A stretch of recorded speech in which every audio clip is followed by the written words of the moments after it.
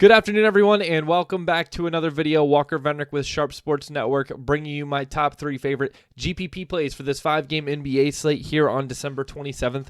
This is going to be a really fun little 5-game slate. We have some really atrocious team totals, except for this standout Bucks-Hawks game where we have like an implied game total, I think 237 right now. So I'm definitely expecting a lot of the ownership to sort of fall in that direction. But we're going to jump right into this one, though. If you have not already, please do leave a like on this video. We greatly appreciate your support, as always. And if you do have any questions, comments, or concerns for us, make sure to leave them in the comment section below. We're happy to give y'all advice when we can. But jumping right into this one, though, here on DraftKings, the first play I want to talk about with you guys is actually going to be from the game I just said is going to be relatively higher owned, that Bucks-Hawks game. But I want to talk to you guys about Trae Young in this spot at just 10.8K. I think it's like 1,000 difference from his last price tag. No, not quite. He was 11.2 last time, but he was priced above Harden. That's all I remember from that spot he was in against Cleveland. I expect almost all of the ownership today to fall in the direction of Giannis Antetokounmpo as the big pay-up stud.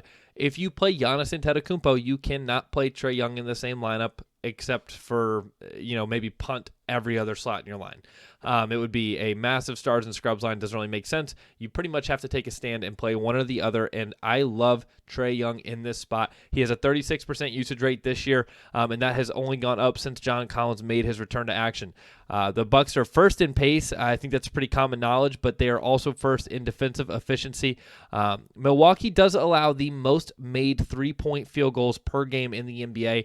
Not necessarily the best percentage, not necessarily, if a team takes 10, they're not allowing the most out of 10, but they are allowing the most three-point field goals made. And I think that's definitely something that's going to help out a guy like Trae Young, who's going to take well over 10 three-point shots per game. And he's also a good shooter already. In the last 5 games, Trae Young is actually averaging over 1.27 DraftKings fantasy points per minute, which is really, really solid. 1.27 is for the season. But over the last 5 games, he's averaging closer to 1.5 fantasy points per minute.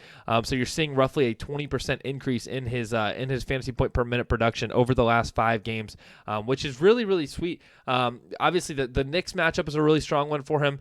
Brooklyn was a decent matchup, and Cleveland was another really strong matchup. But this is a great time for him to keep the ball rolling against this super, super fast-paced Milwaukee Bucks team. So I'm definitely not scared to go the Trae Young route instead of the Giannis route today. Trae Young just seems to be in too good of a spot to be this low of what I'm projecting him to be owned ownership-wise. Jumping over to FantasyDraft, though, the second play I want to talk about with you guys is going to be Al Horford. Al Horford is not a name that has come out of my mouth in any of my videos since I've been with you guys here at Sharp Sports. But Al Horford is in a really sneaky spot here. He has a 19% usage rate this year, which is not anything to brag about. But he should be good for at least, I would think, 31 minutes tonight. And he hasn't been playing great lately. That's another thing that I actually think is a benefit for Al Horford in this spot, though. He's definitely going to be pretty overlooked because he has not been playing great lately. He's averaging right around 1.09 fantasy points per minute this year. But over the last 5 games, it's under 1 fantasy point per minute. It's closer to 0.9. So he's definitely been playing poor lately. But with a healthy Embiid, he's going to go totally overlooked. And he's playing against this Magic team who allows the most fantasy points to opposing power forwards on average. He sees some minutes at the 5, even with Embiid healthy. But almost all of his minutes are spent at the 4. And he should be very, very productive every time he gets the ball in his hands against this Magic team. And then the last play I have for you guys over here on FanDuel, this is probably one of my favorites as well. I love all 3 of these guys. If I had to rank them, I do this every now and again when I feel like I should or I can. I would definitely say Trae Young is probably my top. That's why he is on the thumbnail. Bam Adebayo coming in number 2 and Horford number 3. But I'm really, really excited about Bam Adebayo today. He has a 20% usage rate this season and is in it's a potentially sneaky spot here. He should see 33-plus minutes tonight, and it's a sneaky spot to catch him at lower ownership, but it's pretty obvious to me that this is a really great matchup for him against the Pacers. On a slate where almost everyone, like I said, with Trae Young is going to be going the Giannis direction, it's hard to get a guy like Bam Adebayo in, let alone a guy like Trae Young. But it's just going to be so low ownership, I feel like, for Bam Adebayo tonight. And he's in a really, really sweet spot. He's averaging 1.37 FanDuel fantasy points per minute over the last 5 games and well over 1.1 on the season. So he's been playing very, very strong as of late. And over here where the steals and blocks count as 3 points instead of 2, I'm really, really stoked to be able to play him over here on FanDuel.